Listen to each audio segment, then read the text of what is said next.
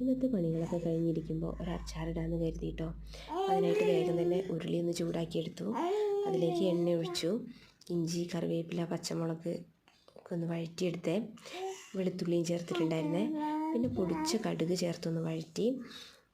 അതിനുശേഷം അതിലേക്ക് എരിവുള്ള മുളക് പൊടി വളരെ കുറച്ചും അതുപോലെ തന്നെ കാശ്മീരി ചില്ലി കുറച്ച് കൂടുതലും ഒരു നുള്ളു മഞ്ഞൾപ്പൊടിയും ചേർത്ത് ഇളക്കിയിട്ടുണ്ടായിരുന്നേ. പിന്നീട് അതിലേക്കൊന്ന് മൂത്ത് വന്നപ്പോൾ അല്പം വിനാഗിരിയും ചേർത്തു. പാകത്തിന് ഉപ്പും ചേർത്തേ. ഇതൊന്നും ഇളക്കിയെടുത്തതിന് ശേഷം നമ്മൾ അരിഞ്ഞു വെച്ച മാങ്ങയും ചേർത്തേ. അരിഞ്ഞു വെച്ച മാങ്ങ അത് കുറച്ച് പഴുത്ത മാങ്ങയായിരുന്നു കേട്ടോ. അതുകൊണ്ട് തന്നെ അച്ചാറിനൊരു പ്രത്യേക രുചി ഉണ്ടായിരുന്നേ. ഇതൊറ്റപാടെ നമ്മുടെ മോൻ ഓടി വന്നിട്ടുണ്ടായിരുന്നേ. അധികം എരിവില്ലാത്തത് കൊണ്ട് തന്നെ കുട്ടികൾക്കൊക്കെ വേഗത്തിൽ ഇഷ്ടപ്പെടുന്ന ഒരു അച്ചാറായിരുന്നു കേട്ടോ ഇത്. അവർക്കങ്ങനെ ഒരുപാട് എരിവുള്ള അച്ചാറൊന്നും പറ്റാറില്ല. അങ്ങനെ അവർക്കത് കുറച്ച് ടേസ്റ്റ് ചെയ്യാനും കൊടുത്തു.